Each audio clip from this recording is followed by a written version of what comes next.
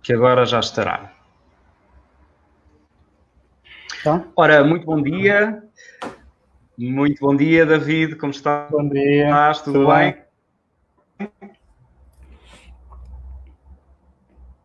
Ok, já tenho aqui feedback positivo em como estamos em direto de nossas casas, para a casa de todas as pessoas que estão a assistir através da página de Facebook do Homes Place Portugal, e desde já o nosso agradecimento por estarem desse lado. Bom dia a todos. A conversa de hoje é sobre um tema que me é particularmente familiar, a mim e ao convidado de hoje, que eu passo já a apresentar.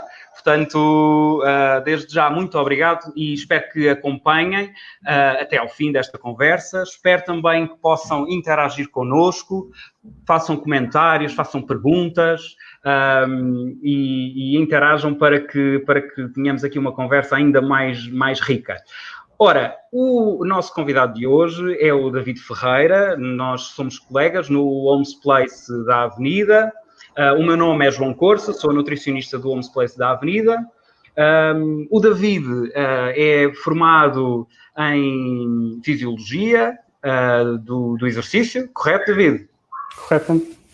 Exatamente, pela Faculdade de Nutricidade Humana, tem uma pós-graduação pela mesma faculdade em Exercício e Saúde, é fisiologista do exercício, personal trainer e também tem aqui formação na área do ativismo eficaz vegano. Ele já vai falar sobre isso. Ora, o tema de hoje é essencialmente alimentação de base vegetal. Vou agora só aqui fazer um parênteses para perceber se nos estão a ouvir, se nos estão a ouvir corretamente, se está tudo ok. David, tu consegues ouvir, certo? Claro, consigo ouvir perfeitamente. Perfeito. Bom, eu estou aqui a ver os vossos comentários, obrigado pelos bons dias. Portanto, o tema de hoje é alimentação vegetal. É um tema que, apesar de hoje em dia estar muito na moda, é um tema que não remete aos dias de hoje, portanto já é algo, digamos, ancestral, porque desde sempre que o ser humano ingere produtos de origem vegetal. E neste sentido, apesar de hoje haver aqui um crescente interesse por este tema, é pertinente também esclarecer algumas questões relacionadas não só com aspectos nutricionais, mas com outros aspectos que iremos partilhar convosco acerca dos benefícios deste tipo de alimentação e quais são as suas características. Portanto, vamos fazer isso. Ora, este tema está muito alinhado também com os princípios da nova cozinha Homes Place. Foi criado no início deste ano no Clube do Palácio Sotomayor, uma cozinha que é um laboratório de experiências para podermos ter cursos, palestras, seminários, conversas como esta sobre alimentação, sobre nutrição, mas em específico alimentação de base vegetal. Este conceito da Plant-Based Kitchen é um conceito que pretende melhorar as competências dos nossos sócios, dos nossos membros, mas de todas as pessoas no que diz respeito à alimentação, à nutrição e para que as pessoas também possam aprender a cozinhar mais com produtos de origem vegetal. Importante aqui também esclarecer que esta conversa de hoje não tem qualquer objetivo de transformar as pessoas em casa para adotarem qualquer tipo de padrão alimentar. É simplesmente esclarecer as pessoas e podermos aqui abordar alguns temas nesta matéria. Relativamente ainda ao conceito da Plant-Based Kitchen, é importante aqui referir que a grande maioria dos produtos que são consumidos neste tipo de alimentação são de base vegetal. Ainda assim, caso as pessoas o façam, podem fazer aqui um consumo de produtos de origem animal, embora este consumo deva ser aqui mais reduzido. Devemos dar aqui primazia aos produtos de origem vegetal, a produtos pouco processados ou não processados de todo, a produtos mais integrais e que respeitem também a sazonalidade dos produtos e que, de preferência, que sejam produzidos localmente ou regionalmente. Ok? Temos já aqui alguns comentários, David. Ok, temos aqui um comentário do Hugo Gomes. Hugo, muito obrigado desde já por este comentário. Pessoalmente não consegue fazer uma dieta vegetariana e pergunta se uma alimentação dita mediterrânica não pode ser uma bem equilibrada e completamente saudável. Ora, está já estudado que a dieta mediterrânica ou o padrão alimentar mediterrâneo tem aqui muitos benefícios, muitas vantagens para a saúde, nomeadamente na redução do risco de doença cardiovascular. E isto deve-se, sobretudo, ao tipo de gorduras que é muito utilizado neste padrão alimentar, nomeadamente aqui do nosso azeite, do nosso tão conhecido azeite. Sim, a dieta mediterrânica tem aqui muitas vantagens, mas até na dieta mediterrânica se verifica que o consumo de produtos de origem animal portanto, está mais reduzido do que o consumo de produtos de origem vegetal. Portanto, a grande base deste tipo de alimentação, deste padrão alimentar, é de facto, à semelhança da dieta vegetariana que vamos falar, é também a alimentação de base vegetal. Wanda, muito obrigado e obrigado por estarem nos Açores a assistir também. Ok. Bom, vamos... David, queres acrescentar alguma coisa? Fala um bocadinho aqui, queres acrescentar alguma coisa sobre ti, neste momento? Bom, antes de mais quero agradecer ao convite de João por me permitir estar aqui hoje a falar sobre este assunto tão pertinente para os dias de hoje.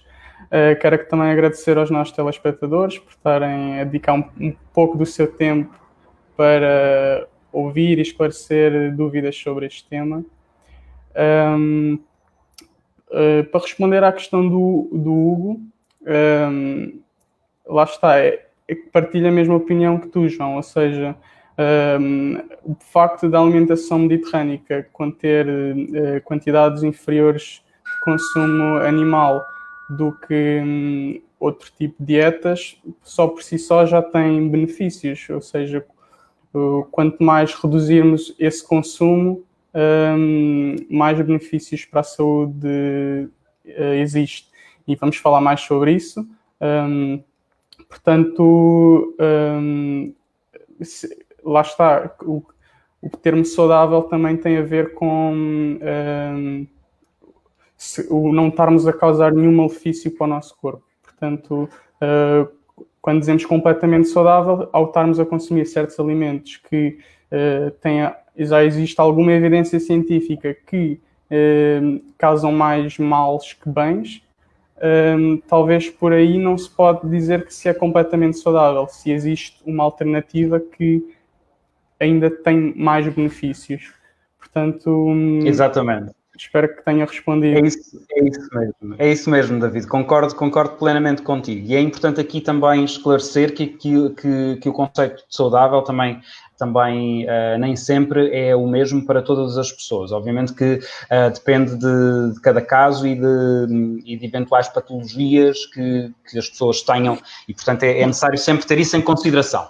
Bom, então, já falámos aqui de alguns princípios de uma dieta ou de uma ação de base vegetal. Portanto, essencialmente, deve-se consumir, portanto, um leque variado de produtos de origem vegetal e temos vários. Se nós pensarmos na nossa alimentação, existem vários grupos que nos dão, portanto, nutrientes diferentes. E é importante aqui diversificarmos a nossa alimentação para obtermos aqui aquilo a que se chama um pool de nutrientes mais vasto. Ou seja, para irmos buscar determinadas vitaminas a um alimento, determinados minerais a outro, macronutrientes como os hidratos de carbono, as proteínas, as gorduras. Portanto, e os alimentos são todos eles diferentes. Isso é importante esclarecer. Existem vários grupos de alimentos. Na base da alimentação de base vegetal temos os produtos hortícolas, os vegetais, existem vários tipos de vegetais, obviamente. Temos várias frutas, temos os cereais de preferência integrais, como é o caso do arroz, do trigo, da cevada, do amaranto. Depois já podemos aqui também explicar um bocadinho melhor a pertinência deste. Temos os pseudo-cereais, como é o caso da quinoa e do trigo sarraceno.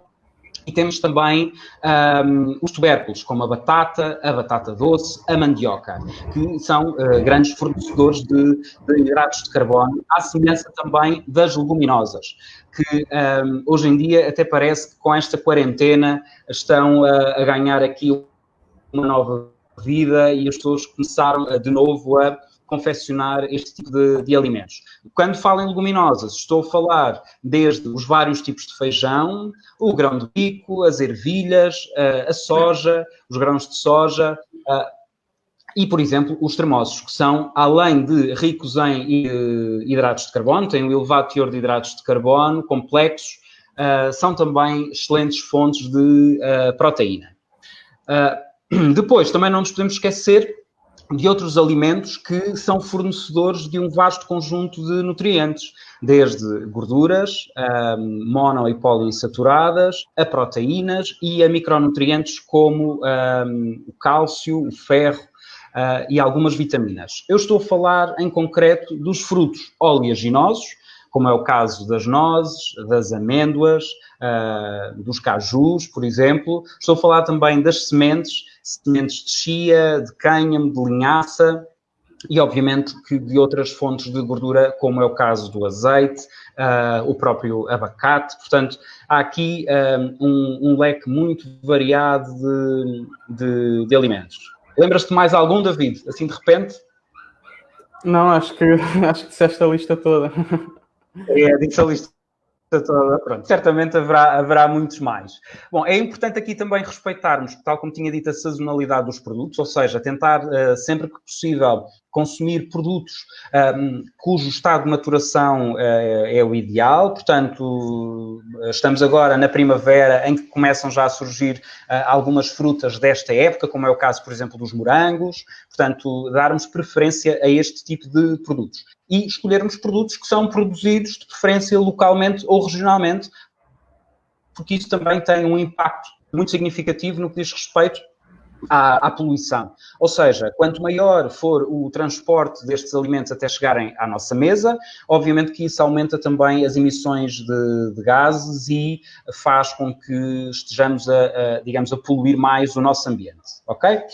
Além disso, temos aqui também outras características, portanto, escolher produtos de preferência integrais, pouco processados e fazer aqui, ao de cima, um conceito que é muito importante e que está na base daquilo que é um padrão alimentar vegetariano ou vegano, que é a não exploração da vida animal.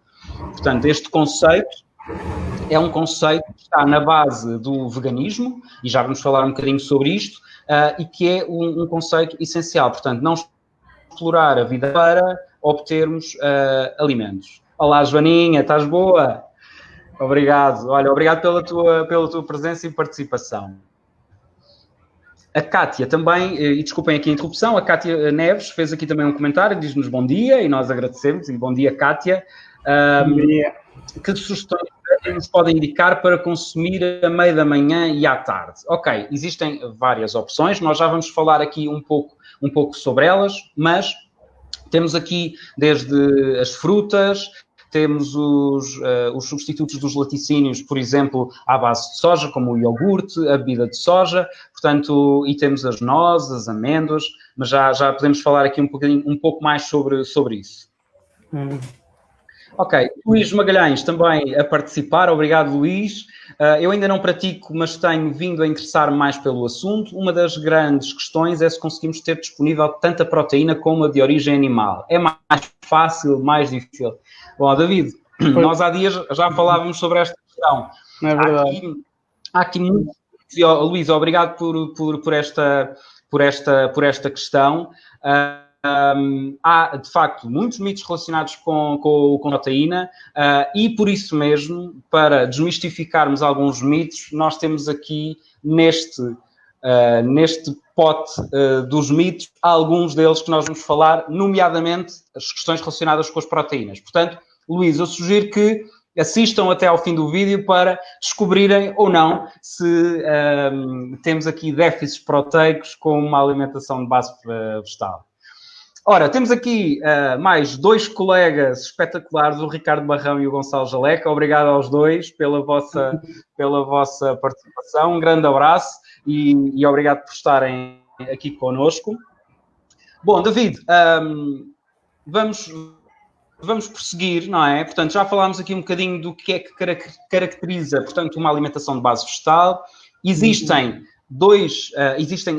aliás, vários tipos de dietas de base vegetal, que importam aqui, de certo modo, classificar só para as pessoas também perceberem um bocadinho as diferenças.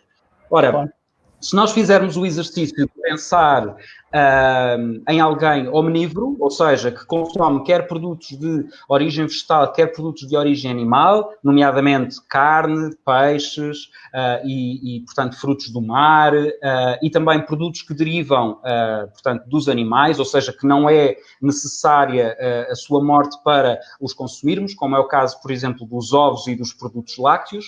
Portanto, temos aqui a definição de um omnívoro.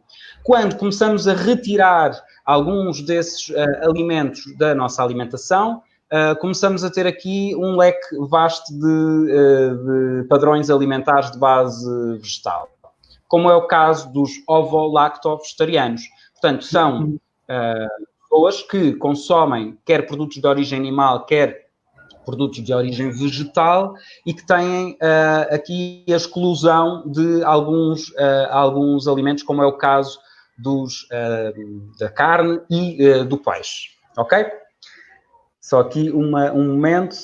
Bruno, obrigado. Um abraço para Tavira. Obrigado por estares connosco. Grande colega. Pronto, portanto, temos aqui, e já vamos aqui depois à questão do Hugo Gomes, mas temos o padrão alimentar ovo-lacto-vegetariano, do qual eu faço parte neste momento, e depois, se reduzirmos aqui o consumo de produtos de origem vegetal, temos os estritamente, de origem animal, temos os estritamente vegetarianos, ou os vegetarianos puros, que só consomem produtos de origem vegetal, que é diferente do veganismo, porque, e o David vai falar aqui muito melhor sobre esta matéria, o veganismo é diferente porque engloba aqui questões relacionadas com o estilo de vida, ok? Além disso, temos ainda outros padrões alimentares que podemos falar, como, por exemplo, os crudívoros. O crudivorismo é aqui um padrão alimentar que exclui qualquer tipo de alimento confeccionado. Portanto, baseiam-se na ingestão de alimentos crus, okay? Nomeadamente as frutas, os vegetais, mas também, portanto, imaginem as leguminosas germinadas, para obtermos aqui mais, digamos, valor nutricional destes próprios alimentos. Okay? Portanto, temos aqui já um leque bastante alargado. Além disso, temos também os flexitarianos. Eu diria que, provavelmente, todos os vegetarianos, ou sejam eles ovo-lacto-vegetarianos ou os estritamente vegetarianos, começaram por ser flexitarianos. E este conceito, que este sim está aqui muito hoje em dia em voga. Olá, Liliana, um abraço. Obrigado por estares aí deste lado. Portanto, estava a referir que os flexitarianos, sim, estão hoje em dia, é um conceito que está muito em voga, porque, portanto, é basicamente um vegetariano, ou seja, uma pessoa que consome essencialmente produtos de origem vegetal, mas que pontualmente, por exemplo, em momentos festivos, como as celebrações de Natal, consome produtos de origem animal. Portanto, há aqui um conceito associado de flexibilidade a este tipo de alimentação, ok? E, portanto, temos aqui vários tipos de alimentação. E a sugerir, David, a revermos aqui algumas questões dos nossos espectadores. Pode ser? O que é que achas? Não, queria só acrescentar sobre isso que estavas a falar, desses diferentes tipos de dietas. Eu lembro-me que quando comecei a pesquisar sobre estes temas e vários tipos de dietas, era muito confuso perceber as diferenças que tu agora explicaste bem. Mas queria só tentar resumir basicamente o que tu disseste, para que talvez não seja tão confuso.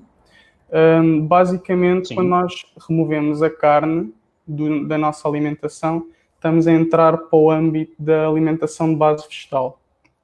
Ou seja, quando é removida completamente, estamos no ramo da base vegetal. Agora, a quantidade de base vegetal é que varia. Ou seja, um vegetariano Exatamente. segue uma alimentação de base vegetal, sem dúvida. Agora, o facto de ainda consumir derivados significa que não é 100% de base vegetal.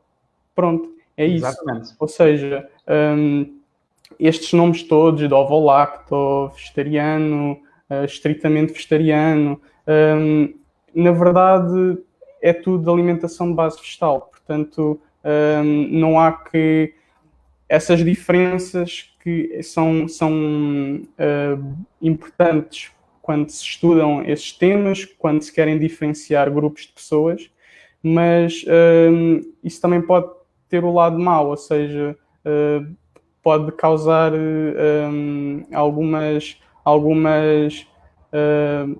alguns conflitos e algumas confusões entre pessoas que são, por exemplo, estritamente vegetarianas, que também são chamadas veganas, e já vamos falar sobre isso, como, por exemplo, vegetarianos e ovo-lacto-vegetarianos. Às vezes não se sabe qual é que é a diferença e muitas vezes parece que é o mesmo. Portanto, queria só alertar a isto, que os nomes são confusos e que se nós, basicamente, ao removermos a carne completamente, já estamos a seguir uma alimentação de base vegetal. Exatamente, David, é isso mesmo. Tens toda a razão. A questão aqui não se trata de, e é importante aqui esclarecer para quem nos está a ver, não se trata de termos rótulos nas pessoas consoante o tipo de padrão alimentar, mas sim esclarecer quais são os tipos de alimentos que são consumidos entre estes vários grupos de pessoas. Ora, estávamos aqui agora a ver algumas das perguntas e algumas das dúvidas que têm surgido aqui no chat do vídeo. Antes de mais, João, obrigado também, mais um colega, obrigado por estares aí desse lado. Tínhamos aqui um comentário do Hugo Gomes, salvo erro, relativamente a estudos que referem o consumo exclusivo de carne, nomeadamente carne de vaca e de água. É importante aqui esclarecer que a carne, à semelhança de qualquer outro alimento, seja ele de origem animal ou de origem vegetal, não tem todos os nutrientes necessários para podermos viver na nossa plenitude, ou seja, para podermos ter todas as nossas necessidades nutricionais asseguradas. E, portanto, é necessário aqui esclarecer, obviamente que não sei qual é a fonte em concreto e qual é o estudo que o Hugo refere, mas é importante aqui esclarecer que não há nenhum alimento que tenha todos os nutrientes que nós necessitamos. E, nesse sentido, e partindo deste pressuposto, é importante aqui esclarecer que fazer uma alimentação, seja ela exclusivamente à base de carne de vaca, ou até poderia ser à base exclusivamente de um produto de origem vegetal, que não nos trará saúde, porque ficamos com déficits de nutrientes e que são importantes ser ingeridos, nomeadamente vitaminas, minerais, que não estão presentes, portanto, na carne, ok? Portanto, é importantíssimo aqui esclarecer. E é importante aqui também referir... Diz, David. Quero também acrescentar que esse tipo... Eu conheço o Jordan Peterson e sei que ele fala muito disso. Temos que ter atenção que esse tipo de dietas normalmente tem um objetivo, ou seja... e normalmente é muito curto esse objetivo. Normalmente quem segue um tipo de dieta tão extrema, ou seja, no sentido de só consumir carne, normalmente tem o objetivo de perder peso, provavelmente. Porquê? Porque ao estarmos só a consumir proteína, basicamente, não estamos a consumir hidratos. E os hidratos são uma fonte calórica muito grande na nossa alimentação. Portanto, ao estarmos a consumir só carne, estamos só a consumir proteína e realmente estamos a consumir menos calorias do que se estivéssemos a acrescentar outro tipo de alimentos. Agora, Em termos de saúde, obviamente que não é o objetivo com esse tipo de alimentação não é ser o mais saudável possível, porque não só vamos ter que suplementar imenso para termos todos os leques de nutrientes que o nosso corpo precisa, porque a carne contém muito pouco disso, como tem todos os malefícios que a evidência sugere do consumo de produtos animais, nomeadamente da carne, que tem correlação direta à doença cardiovascular, a resistência à insulina, imensos problemas que depois originam desse tipo de alimentação. Exatamente, David, é isso mesmo. Ia também aqui salientar uma questão que é pertinente, referir qual é o nível de evidência científica que muitas vezes está por trás desses estudos. Porque, obviamente, que há estudos com diferentes níveis de evidência científica e, além disso, é importante aqui referir que muitos dos estudos que existem na área alimentar são também eles encomendados ou financiados pela própria indústria alimentar. Muitos estudos sobre a carne, sabe-se hoje em dia que foram financiados pela indústria alimentar da carne, o mesmo no que diz respeito à indústria dos ovos, dos laticínios. Portanto, é importante aqui, obviamente, esclarecer isto, e há estudos também muito interessantes em relação a esta matéria, para percebermos que há muita informação, é um facto, mas depois também há informação que não é, digamos, eticamente correto também disponibilizar por variadíssimos motivos.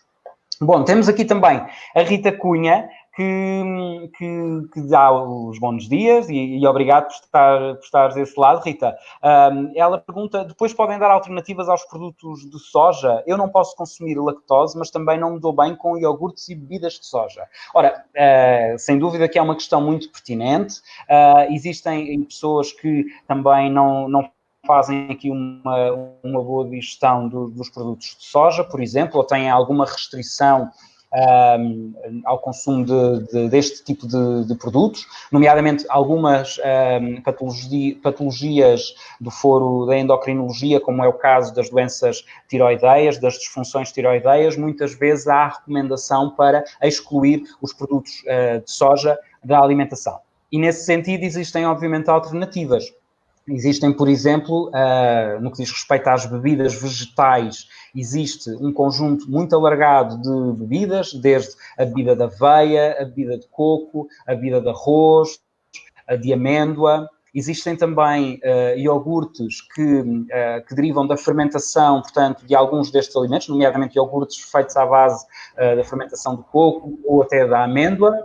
E existem também queijos inteiramente de origem vegetal que são confeccionados ou são feitos a partir, por exemplo, de frutos oleaginosos como o caju. Não sei se te recordas assim de mais alguma ideia, David.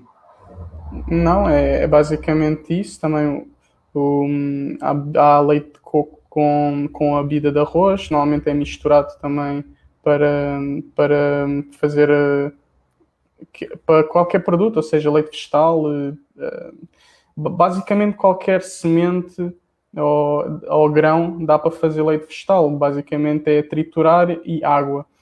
Isto, se quisermos fazer nós em casa, obviamente que as ofertas nos supermercados está mais limitada, normalmente está mais dependente dos gostos, ou seja, normalmente é o que vende mais, que está disponível, mas nós podemos fazer os nossos próprios leites em casa.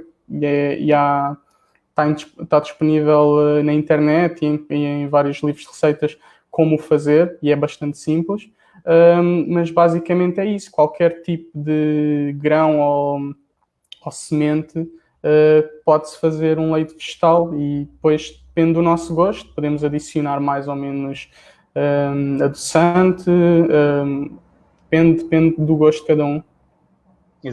Exatamente, é mesmo isso. Só aqui um detalhe, para termos aqui também uma alimentação mais rica nutricionalmente, muitas destas bebidas ou destes produtos que são alternativas a outros produtos alimentares tem também fortificação em determinados nutrientes, como é o caso da vitamina B12, a vitamina D, e, portanto, sempre que possível, quem adota um padrão alimentar de base vegetal deve ter atenção a estes aspectos e, na medida do possível, adquirir produtos, como é o caso dos cereais, como é o caso das bebidas vegetais, que tenham fortificação em alguns nutrientes, nomeadamente a vitamina B12. Mas sobre esta vitamina já falaremos mais à frente, até porque já estamos aqui há cerca de 30 minutos a falar e é importante aqui também avançar, que gostávamos de partilhar aqui muitos aspectos.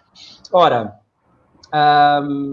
bom, temos aqui a Sónia Coutinho também a fazer um comentário. Obrigado, Sónia, que segue uma alimentação mediterrânica, não penso mudar nada, é perfeitamente legítimo e, atenção, reforço que uma alimentação mediterrânica tem na base alimentos de origem vegetal e por isso mesmo tem aqui também muitos benefícios e por isso, Sónia, muitos parabéns por também estar atenta a estas questões.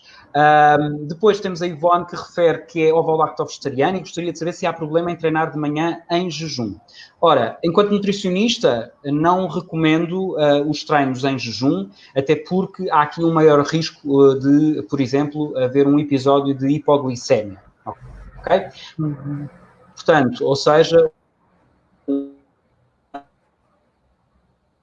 uma baixa de açúcar noturno, portanto, à medida que vamos avançando no nosso jejum noturno, portanto, os níveis de açúcar vão ficando cada vez mais baixos e, nesse sentido, depois, se fizermos um treino, nomeadamente de alta intensidade, corremos o risco, efetivamente, de ter aqui um episódio de hipoglicemia que não é adequado. Além disso, partimos para o treino com poucas reservas de glicogénio.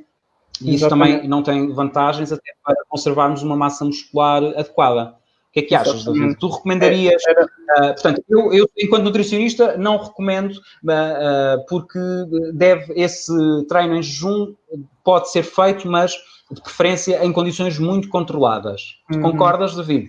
Era isso que eu ia dizer, ou seja, eu não sei qual é que é a razão da Ivone por querer treinar em jejum de manhã, mas se for perda de peso, não há evidência científica que prove que o treinar em jejum aumenta essa perda de peso.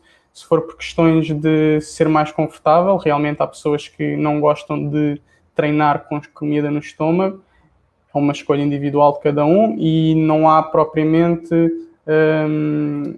razão para não o fazer. Agora, é isso que estavas a dizer, João, ou seja, tem que se ter atenção à pessoa, no sentido de como é que ela regula a sua glicémia, se tem alguma resistência, se não, se está habituada a fazer jejuns, se está habituada a treinar sem comida, ou seja, há aqui várias variáveis que se tem que ter em conta para que possa ser realizada em segurança.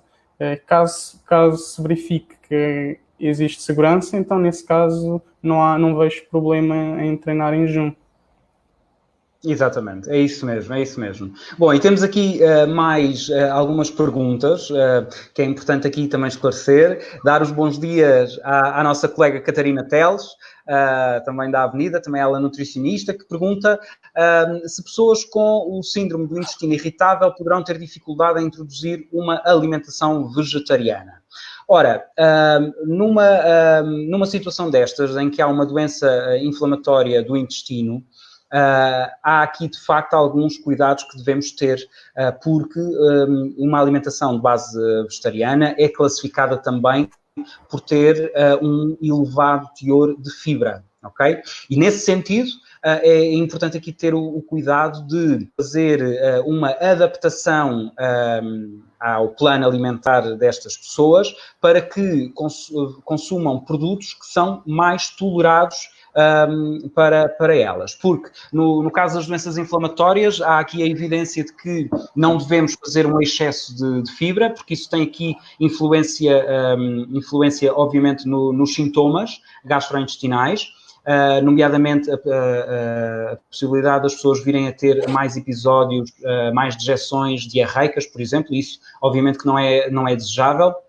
É importante aqui também referir que está associado a este padrão alimentar alimentos que são mais fermentáveis no intestino e nesse sentido, nomeadamente as frutas, e nesse sentido aqui também é importante adequar a alimentação e, por isso, concordo com a Catarina, é possível que haja aqui algumas dificuldades associadas, mas não é impossível, ok?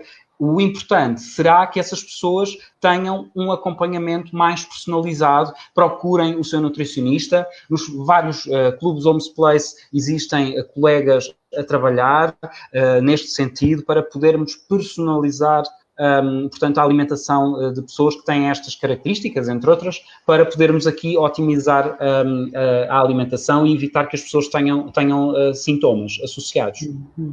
Ok?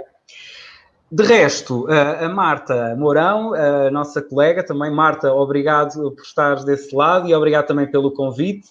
A Marta pergunta, sendo que não são equivalentes proteicos, penso que se está a referir, por exemplo, às bebidas, como enriquecer estas bebidas com proteína? Bom, há aqui várias formas. De facto, as bebidas vegetais, dentro do vário espectro de bebidas vegetais que existem, a bebida de soja é aquela que tem um teor de proteína semelhante ao leite. As outras bebidas vegetais, como é o caso da bebida de amêndoa, da bebida de coco, da bebida de arroz, têm um teor de proteína muito, muito reduzido. Como é que nós podemos enriquecer ou fortificar estas bebidas em proteína? Podemos, por exemplo, misturar com suplementos proteicos de base vegetal, proteína de soja, proteína de ervilha, proteína de arroz integral. Podemos, por exemplo, adicionar farinha de cânhamo, que é muito rica em proteína, e o cânhamo é uma semente. Podemos introduzir aqui frutos oleaginosos, como os cajus, as nozes, ou até introduzirmos aqui a levedura nutricional ou levedura de cerveja, que tem aqui também um elevado teor de proteína. O que é que tu adicionarias, David? Conta-nos lá, para aumentarmos o teor de proteína nas bebidas. É essencialmente isso, ou seja, recomendo termos uma proteína vegetal em casa, com ou sem sabor. Isso depende, existem ambas disponíveis. E basicamente, ao acrescentarmos qualquer tipo de semente, ou seja, imagine se fizermos um leite de bebida de arroz que não tem proteína nenhuma, ao acrescentarmos sementes, por exemplo, nozes, amêndoas, lá está, fica uma mistura de sabores, mas aumenta logo o teor proteico. Mas realmente o que eu acho que é mais eficaz, ou que aumenta em maior quantidade, é sim termos uma proteína vegetal disponível e acrescentarmos à bebida vegetal. Basicamente é isso. Exatamente. Relativamente às bebidas vegetais, deixem-me também aqui dar um enquadramento que eu julgo que é pertinente.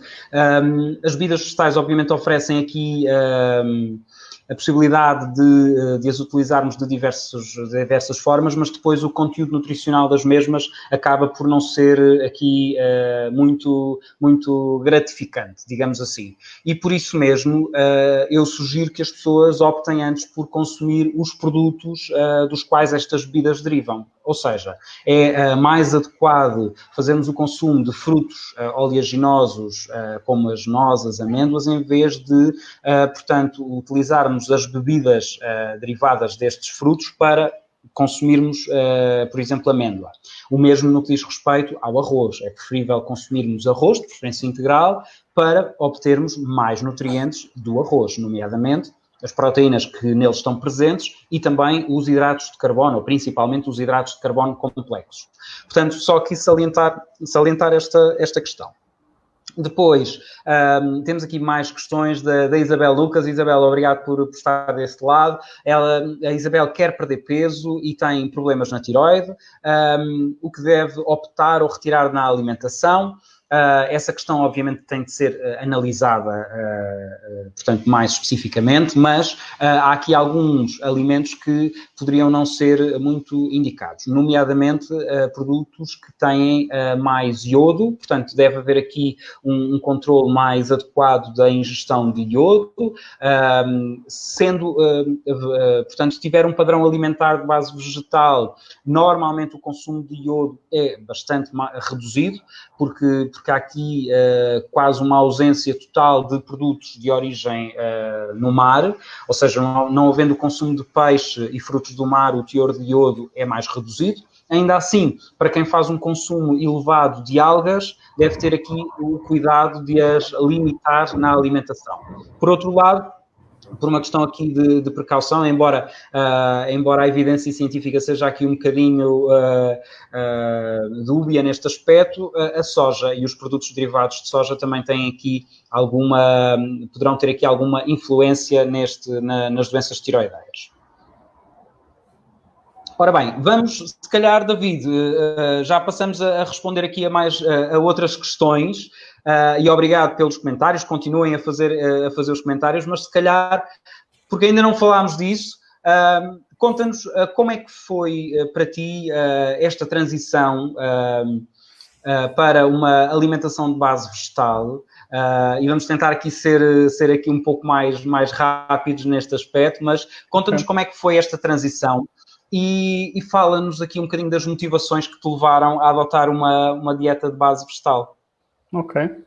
Então, só para esclarecer, eu neste momento sigo uma alimentação de 100% de base vegetal, ou seja, não contém nenhum derivado, mas claro, não foi de um dia para o outro, nem foi de um mês para o outro, foi num prazo de cerca de 3 anos, desde o momento que me comecei a informar mais sobre este assunto até hoje.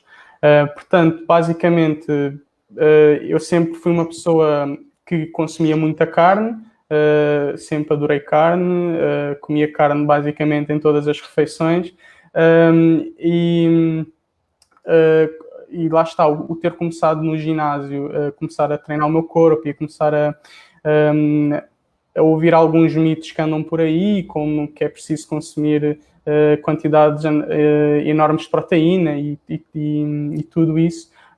Comecei também a seguir a dieta típica de alguém que treina, ou seja, peito de frango, arroz, pronto, os alimentos normais. E cerca de 2 anos atrás comecei a questionar-me, ou seja, comecei a digestão demorava muito tempo, comecei a ter algumas dificuldades em ir à casa de banho e em estar no meu dia bem. E comecei-me a questionar se por acaso podia estar relacionado com a minha alimentação, nomeadamente com o consumo de carne. Portanto, há cerca de 2 anos, comecei então a investigar, comecei a reduzir o meu consumo de carne, apenas para uma refeição, e depois comecei só a consumir carne de 2 em 2 dias e de 3 em 3, ou seja, foi gradual. Claro. E confesso que a escolha mais difícil para mim nem foi ter-me tornado 100% vegetal, foi realmente ter-me tornado vegetariano, ou seja, ter removido a carne da minha alimentação. Não só porque era algo que eu toda a minha vida consumi e era muito difícil arranjar substitutos, e também porque todas as implicações que isso tem, nomeadamente na família, na sociedade, as nossas opções começam a ficar logo reduzidas. Mas como foi algo importante para mim, eu sou uma pessoa que valoriza muito a saúde e leio bastante sobre isso, e comecei a ver que realmente a evidência científica estava do lado do menor consumo de carne possível, e logo isso vai ter ao vegetarianismo, ou seja, à remoção total da carne. Deixa-me só, David, fazer aqui um parênteses, se não te importas.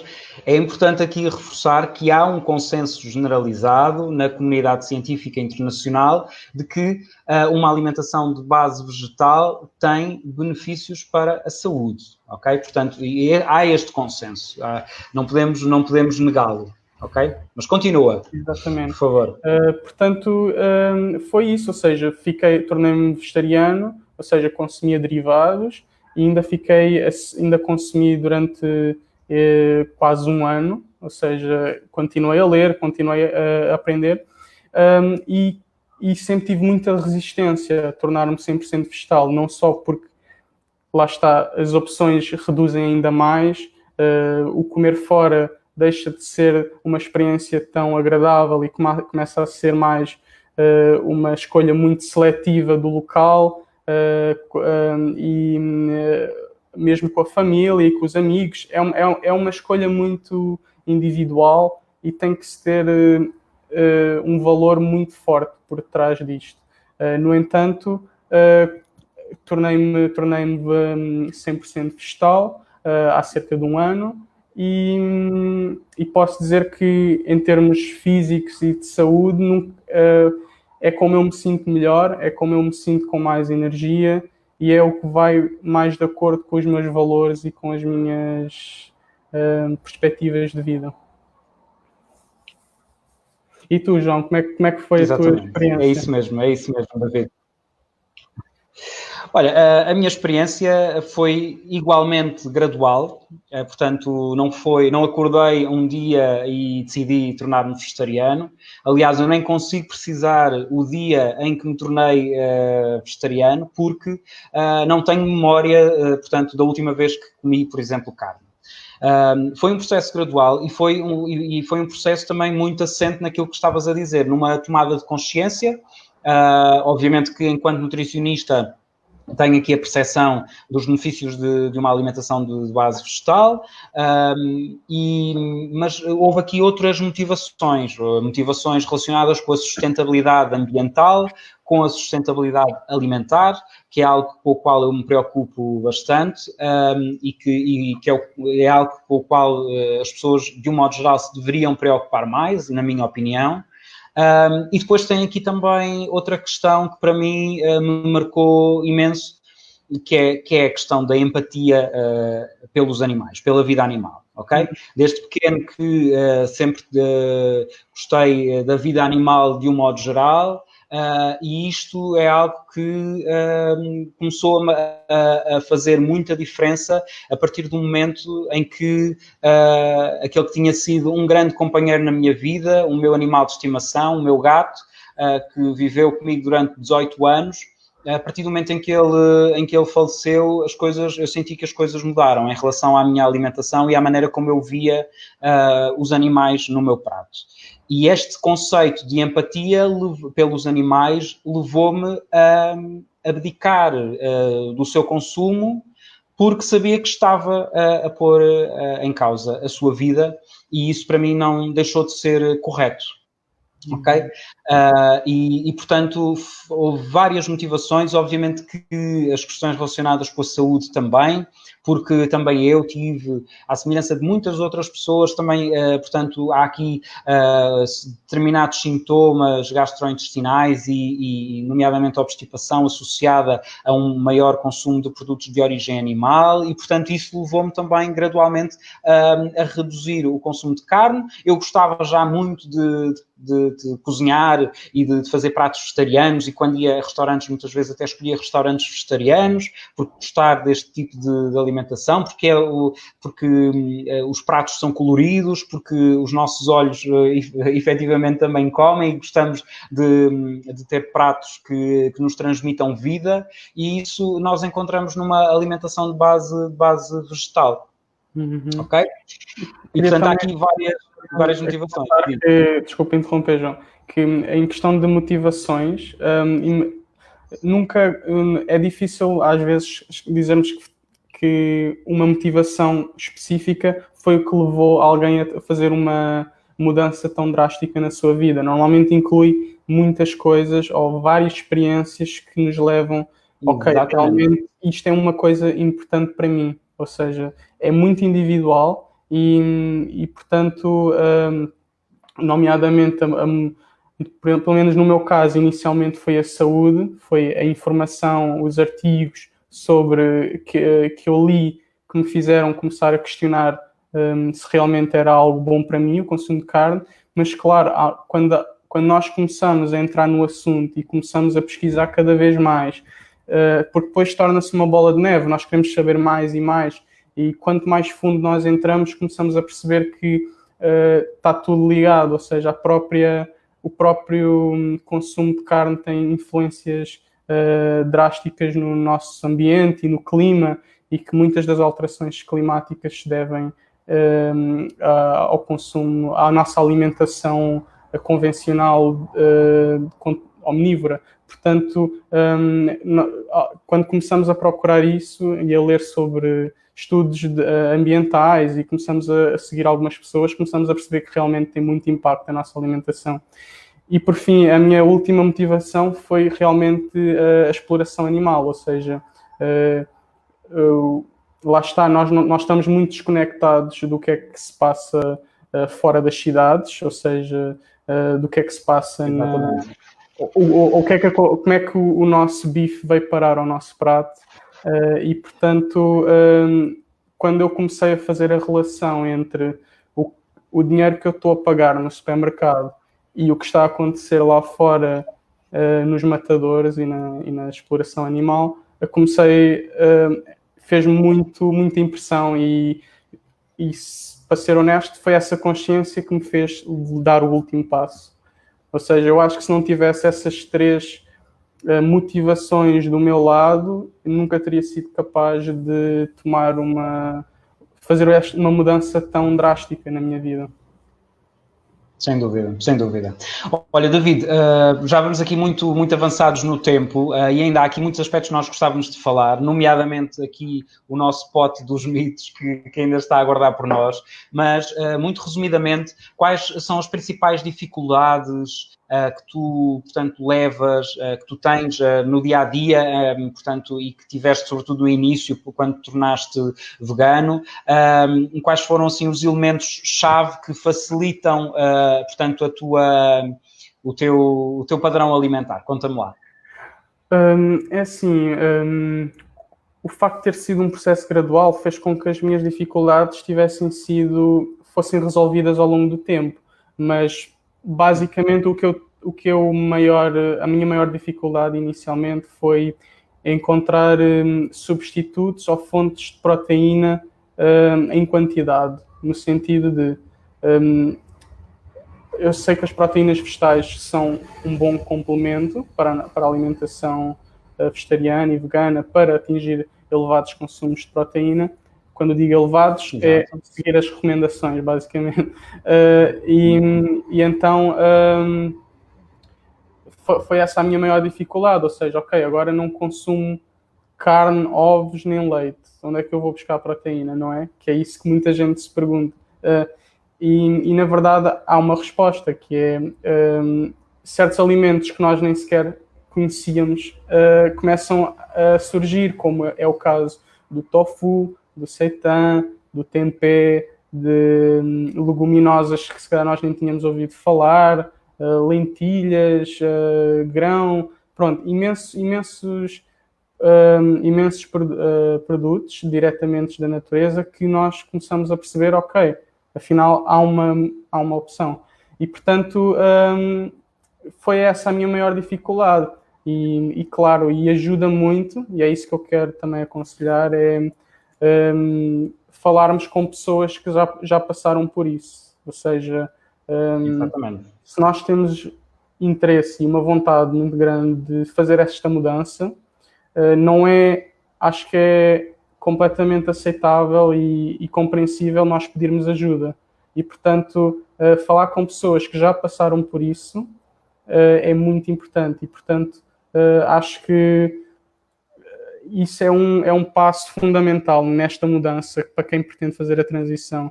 É falarmos com pessoas que sabem, nomeadamente nutricionistas, se temos dúvidas em questões de treino, como é que vamos agora treinar sem comer carne, sem consumir derivados. Também existem personal trainers que têm essas respostas. Portanto, é isso, não tenham medo de pedir ajuda, é muito importante.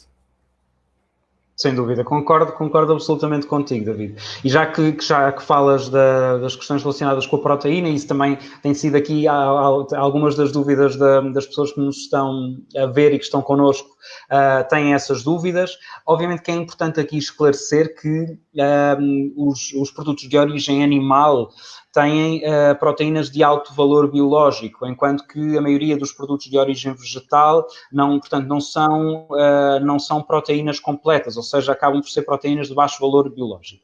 Este conceito aqui está relacionado com a quantidade de aminoácidos, que são as estruturas básicas das proteínas, e que alguns deles são essenciais. Existem 20 aminoácidos diferentes, 9 deles são essenciais, ou seja, o nosso organismo não tem capacidade de os produzir e dependemos da alimentação para os obter.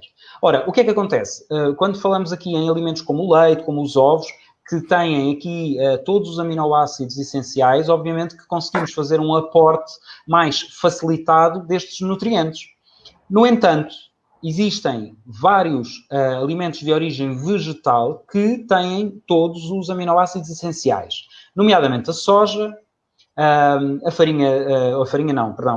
as sementes de cânhamo, as sementes de chia, o amaranto, que é um cereal.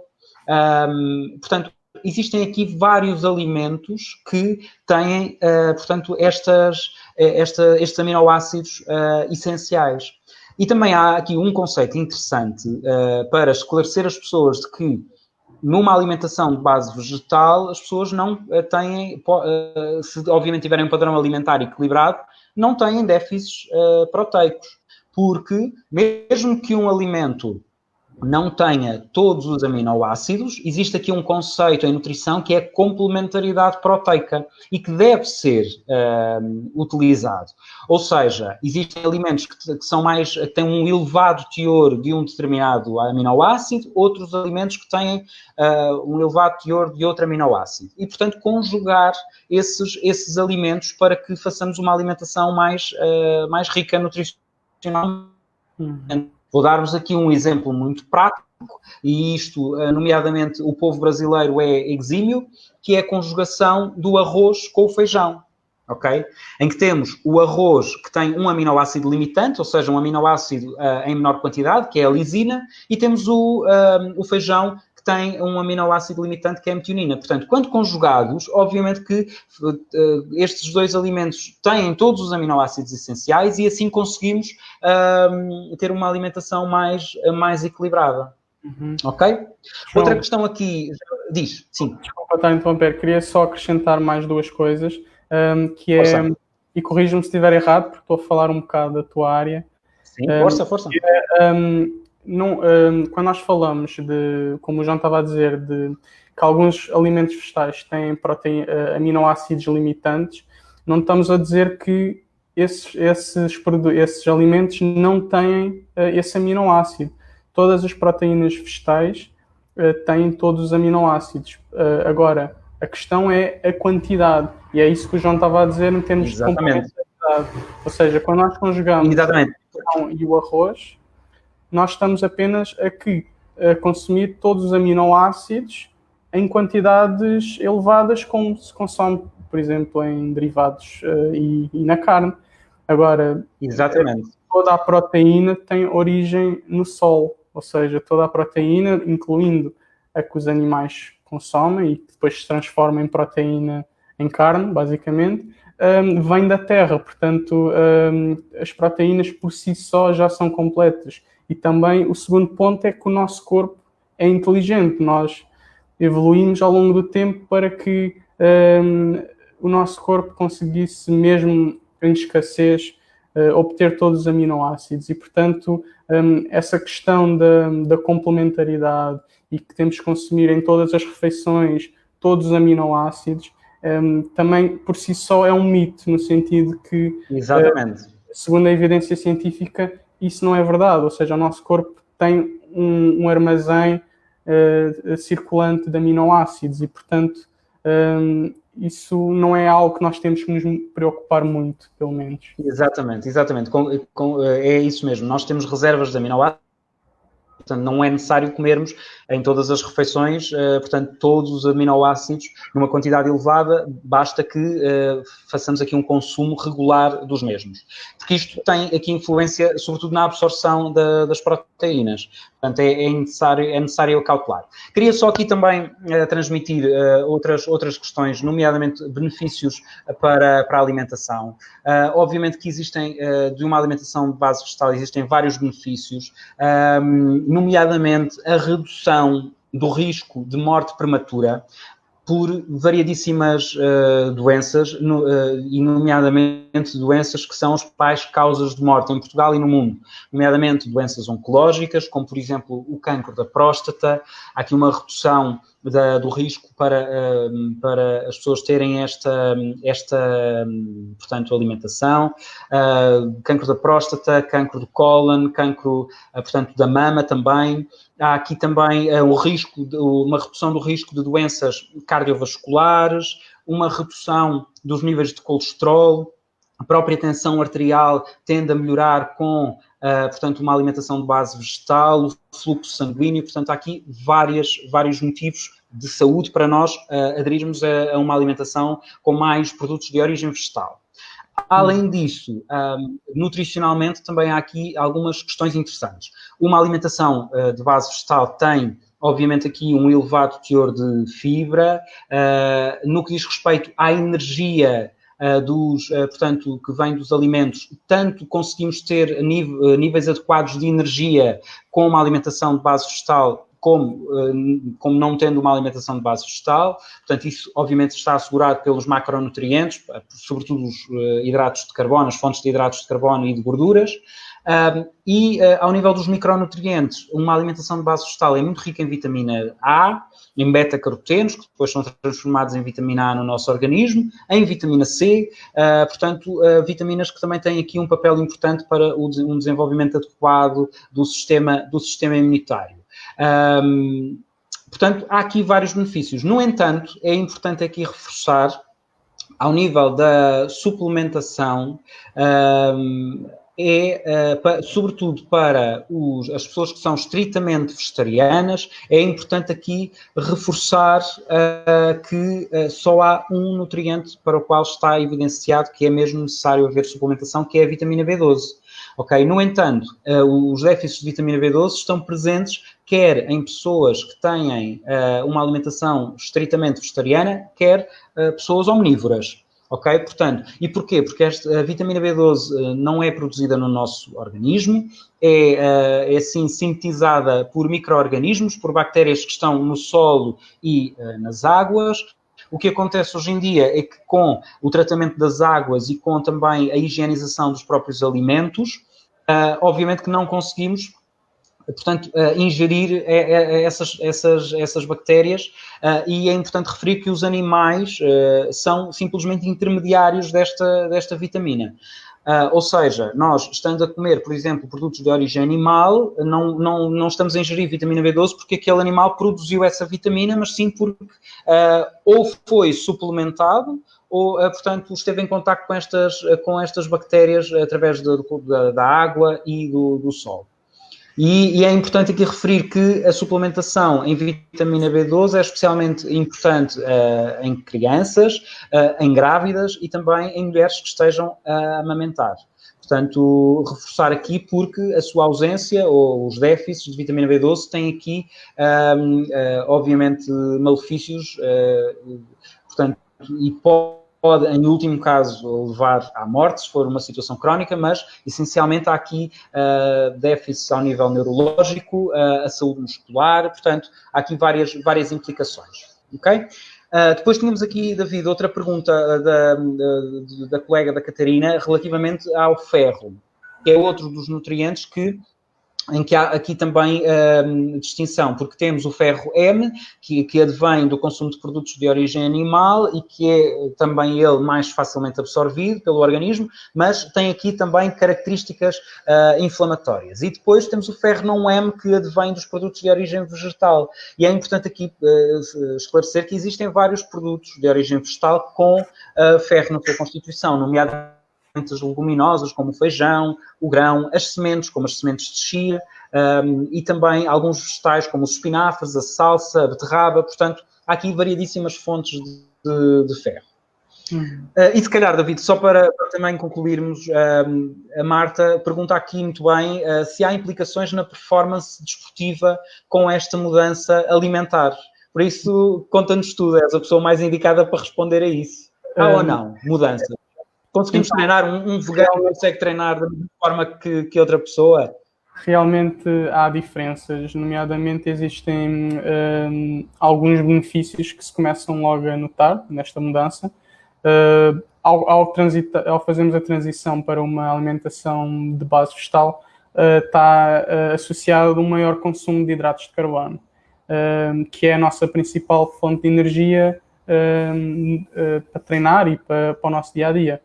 Portanto, um dos benefícios que se sente é que começamos a ter mais energia nos treinos. E isso significa, normalmente, cargas mais, conseguimos levantar mais cargas, conseguimos talvez correr mais uns não sei quantos metros do que antes. Portanto, isto também é variável de pessoa para pessoa. Há pessoas que reagem muito bem a este maior consumo de hidratos e há pessoas que têm que ser uma transição mais gradual. Portanto, também nota-se logo, ou pode demorar algum tempo, mas começamos a recuperar mais rapidamente dos treinos. Porquê? Porque muitos dos vegetais que nós normalmente consumimos em poucas quantidades têm substâncias anti-inflamatórias.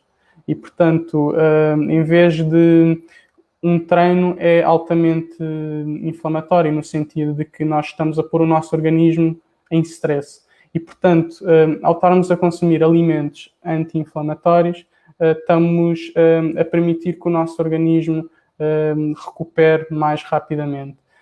Portanto, pelo menos estes dois benefícios existem. E depois, em questões de variação de peso, por exemplo, quando nós estamos a tentar perder peso, há pessoas que têm maior dificuldade em perder peso com um grande aporte de hidratos de carbono. E a maneira normalmente de contornar isso é fazer, por exemplo, existem várias maneiras, mas uma delas também tem a ver com a especificidade do treino, ou seja, pessoas que são muito sensíveis aos hidratos, ou seja, têm dificuldade em perder com um grande aporte de hidratos, têm que fazer um treino muito mais metabólico, no sentido de têm que fazer um treino mais intenso, como HIITs, têm que suar muito durante os treinos para que o metabolismo em si queime todos os hidratos. Pessoas que reagem bem, ou seja, que não se sentem inchadas, nada disso, o aporte de hidratos não vai influenciar em nada e normalmente o facto dos vegetais serem muito mais facilmente absorvíveis pelo nosso organismo e a digestão ser mais rápida, isso faz com que o nosso organismo consiga promover um estado mais eficaz de perda de peso e existe evidência científica sobre esse assunto, nomeadamente onde eu estive a pesquisar. Há um estudo que saiu há cerca de 2 anos em que foram comparados pessoas com sobrepeso e obesas que seguiram 2 tipos de dieta, uma de base vegetal e outra omnívora, e que se verificou que as pessoas que consumiam uma dieta de base vegetal conseguiram perder mais massa gorda, tiveram menos resistência à insulina e mais outros fatores. Portanto, já existe evidência científica que fala sobre estes assuntos e está disponível. Portanto, essas são essencialmente as maiores implicações que notamos quando fazemos a transição e quando continuamos o nosso processo de treino. Exatamente. Muito bem, David, é isso mesmo. Portanto, eu diria, essencialmente, com uma alimentação de base vegetal, conseguimos efetivamente reduzir os processos inflamatórios que ocorrem no nosso organismo e logo conseguimos otimizar a nossa performance, quer no treino de força explosiva, quer no treino de resistência, portanto na endurance, conseguimos aqui de facto ter melhores performance e a recuperação também é mais rápida. E isto tem obviamente particular interesse quando falamos, por exemplo, em atletas de alta competição, e existem inúmeros atletas de alta competição que são estritamente vegetarianos em diversas modalidades. Temos, por exemplo, na Fórmula 1 o Lewis Hamilton, temos no ténis a Serena Williams, por exemplo, ou o Djokovic, temos variadíssimos outros. O homem mais forte do mundo é pelo menos assim designado pelo recorde do Guinness, é também ele vegano. Portanto, há aqui variadíssimos motivos. O próprio Arnold Schwarzenegger, que no início da sua carreira como culturista fazia também ele muita publicidade ao consumo de carne, ele também adotou aqui uma alimentação de base vegetal e convida-nos hoje em dia a consumir mais produtos vegetais. Portanto, há aqui variedíssimos motivos e obrigado pelos teus esclarecimentos. Se calhar agora, porque nós já estamos aqui com bastante tempo de conversa, não se nota nada que estamos entusiasmados com isto, pois não, David? Não, o tempo está a passar rápido. É verdade. E a Lemos Maria, obrigado pelo comentário, também está aqui também referiu isso. Ainda não chegámos aos mitos, portanto eu sugiro passarmos já aqui para finalizar rapidamente, só aqui tirar alguns mitos que surgem muito nas conversas. Portanto, o primeiro foi aqui os produtos processados, se conseguem ler. Portanto, já falámos aqui, e o David já referiu isto também, consumirmos cada vez menos produtos processados tem benefícios. No entanto, quando falamos dos substitutos proteicos, é importante aqui referir que alguns deles são, de facto, alimentos processados, como por exemplo o tofu, o seitan,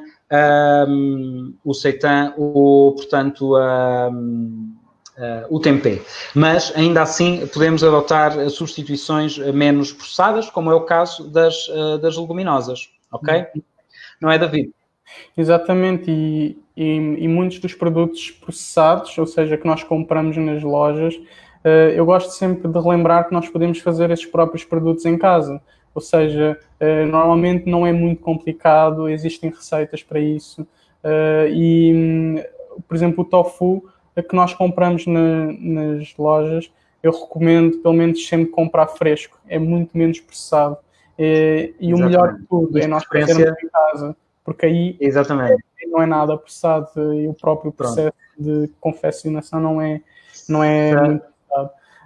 Exatamente, salientar que também o podemos fazer consumindo com soja biológica e existe inclusivamente marcas portuguesas que têm esse selo, essa garantia.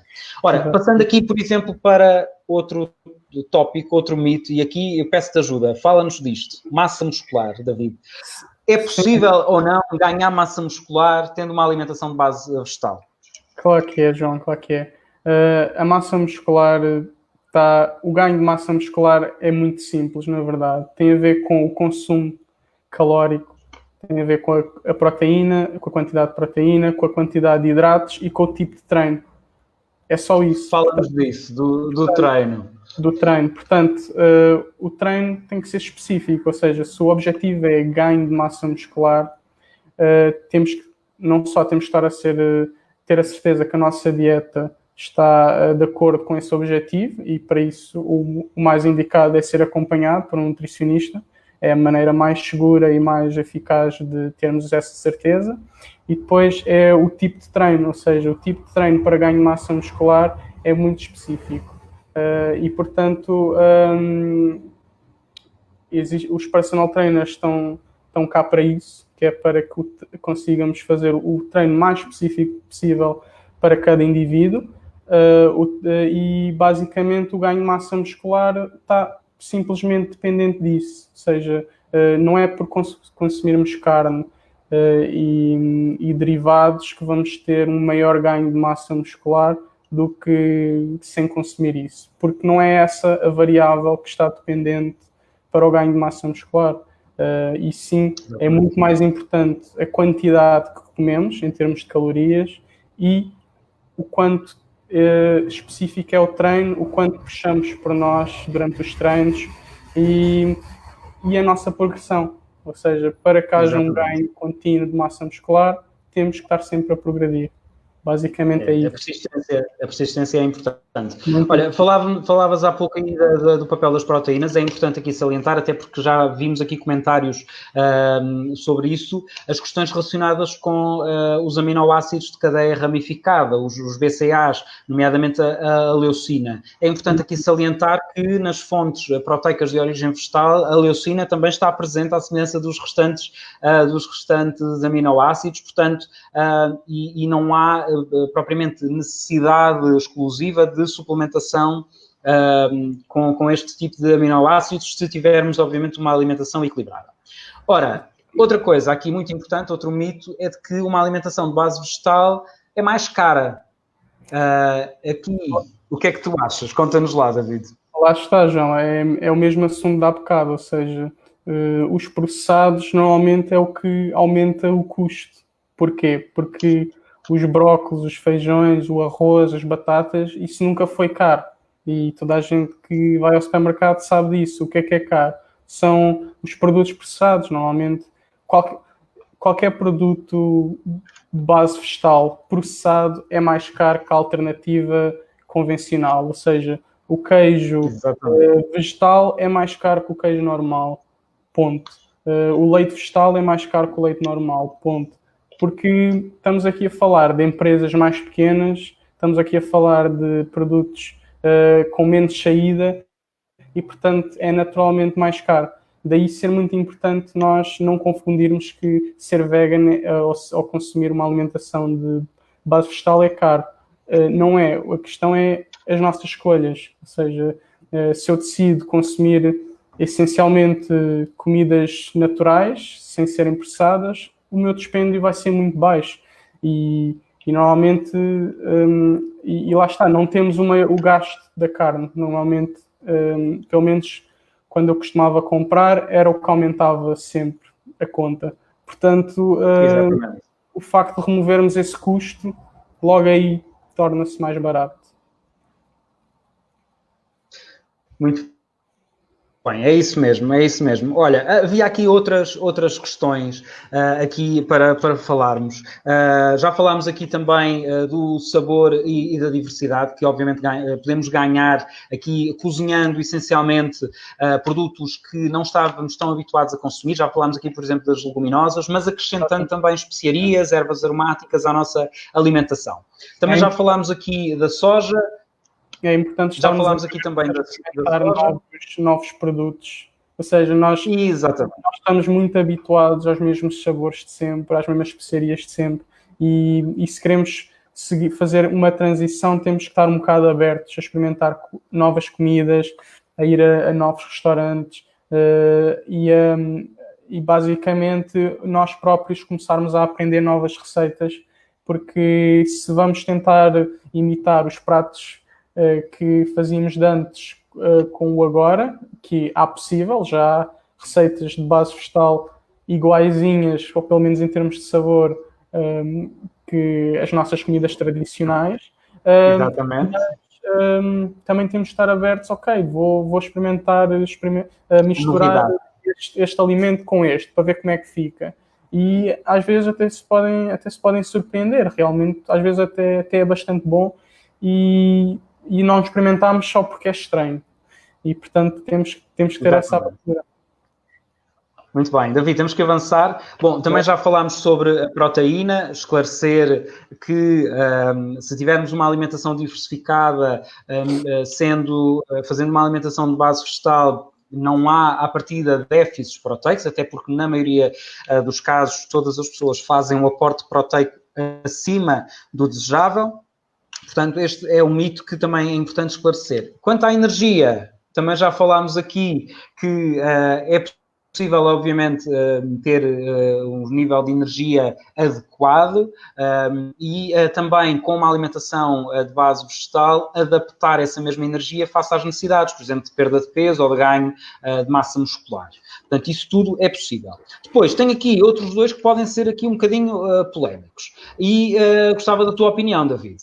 Um deles tem aqui isto. Portanto, virilidade. Foi algo que ainda não focámos muito, mas havia, obviamente, no início, portanto, do século XX, e quando começaram a estudar mais estas questões, havia muito o conceito de que quem não comia carne não era viril. E isto nos homens tinha aqui um impacto ainda significativo. Obviamente que depois, devido aos estudos que se foram realizando, é possível perceber-se que não há déficits de testosterona associados a uma alimentação de base vegetal. Isto é importante esclarecer, correto? Mesmo com os treinos, certo? Isso não tem aqui influência, ou tem? Não, lá está. Quando nós estamos a falar de virilidade, especialmente no homem, estamos a falar de testosterona, não é? Porque, na verdade, é a hormona mais importante nesse aspecto. E muito desse mito que o comer carne que é para homens e isso tem a ver com um estudo que também está bastante desatualizado, que foi lançado há um século atrás, literalmente, que se comprovou que quem não consumia carne, ou seja, não consumia esses alimentos, tinha mais problemas em termos eréteis e de número de espermatozoides e isso tudo. Mas já houve estudos mais recentes que comprovaram exatamente o oposto, ou seja, que indivíduos que consumiam pouca gordura saturada, ou seja, quais são os alimentos que contêm gordura saturada? Em quantidade é a carne, é os laticínios e os derivados, basicamente, os ovos. Portanto, isto está provado, existe um estudo que saiu há muito pouco tempo, que exatamente comprovou que indivíduos consumiam pouca gordura saturada, especialmente vinda do peixe, que continham um número muito maior de espermatozoides. Portanto, nesse aspecto até vai contra o que se diz, ou seja, na verdade, quem é mais homem, se quiser-se usar essa expressão, é quem não consome carne. Portanto, e lá está. E também há outro mito, que é o estrogênio. O estrogênio, para quem não sabe, está presente nos laticínios, porque as vacas, para produzirem leite, têm elevadas quantidades dessa hormona no seu corpo. E isso passa para o leite, inevitavelmente, e não há maneira de filtrar isso. Portanto, e isso sim está provado que tem um efeito negativo na qualidade e na quantidade na virilidade, pelo menos do homem. Deve haver também estudos no caso da mulher, não li nada sobre isso, mas pelo menos sobre este assunto tenho a certeza que está errado e que este mito não faz sentido. E é importante aqui salientar, ainda relativamente à soja, que a soja não tem estrogénios, a soja tem fitoestrogénios que não têm aqui influência no que diz respeito ao aumento dos níveis de estrogénio no homem, nomeadamente, ok? Bom, só para terminar, David, diz-me uma coisa, consideras-te uma ave rara? Os veganos são ou não aves raras? E atenção que eu coloquei esta expressão entre aspas, obviamente sem qualquer objetivo pejorativo, mas há aqui realmente uma curiosidade maior atualmente por estas questões e há aqui mais pessoas a aderir, correto? Já não somos assim, ou já não são assim tão poucas as pessoas a adotar este tipo de alimentação, correto? Não, recentemente foi feito alguns estudos, ou seja, em termos de contagem, só em Portugal o vegetarianismo, que inclui todas as dietas de base vegetal, aumentou cerca de 400% em 2 anos, ou seja, desde 2017 até 2019, que foi onde foi feita a análise, aumentou cerca de 400%. Ou seja, não quero estar aqui a inventar números, mas éramos por volta de... Éramos no sentido de as pessoas que consumiam dietas de base vegetal eram essencialmente 30 mil no país inteiro, e em 2 anos subiu para 140 mil. Não tenho a certeza destes números, mas está por volta dessa gama. Portanto, e também se pode ver isso muito facilmente nos restaurantes, ou seja, o número de restaurantes que fornecem comidas vegetarianas e veganas aumentou drasticamente. E isso basta andar por Lisboa, pelo Porto, que facilmente se observa isso. Portanto, a cada vez somos menos raros. E isso tem uma razão muito simples. Está a haver um maior ganho de consciência pelas pessoas do impacto que a dieta tem em tudo, no ambiente, na nossa saúde e na questão ética dos animais. Portanto, realmente estamos cada vez menos raros, para responder à tua pergunta.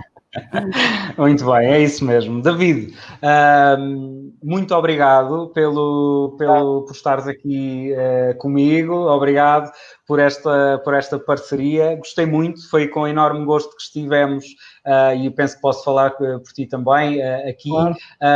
Portanto, tivemos a oportunidade, para terminar, de falar aqui sobre vários aspectos relacionados com uma alimentação de base vegetal. Importa aqui referir que há um consenso generalizado na comunidade científica sobre os benefícios deste tipo de alimentação. Portanto, introduzam mais produtos de origem vegetal, diversifiquem a vossa alimentação, porque só temos a ganhar com isso. Salientar aqui também questões que o David referiu muito bem, que não há impactos negativos associados aqui aos treinos, muito pelo contrário, reduzimos aqui os processos inflamatórios que prejudicam no que diz respeito até à recuperação muscular e o tempo de recuperação entre os treinos. Portanto, para quem gosta, por exemplo, de treinar todos os dias, certamente há aqui muitos benefícios em adotar uma alimentação de base vegetal. Portanto, muito obrigado a todas as pessoas que estiveram desse lado, a ver-nos e a ouvir-nos.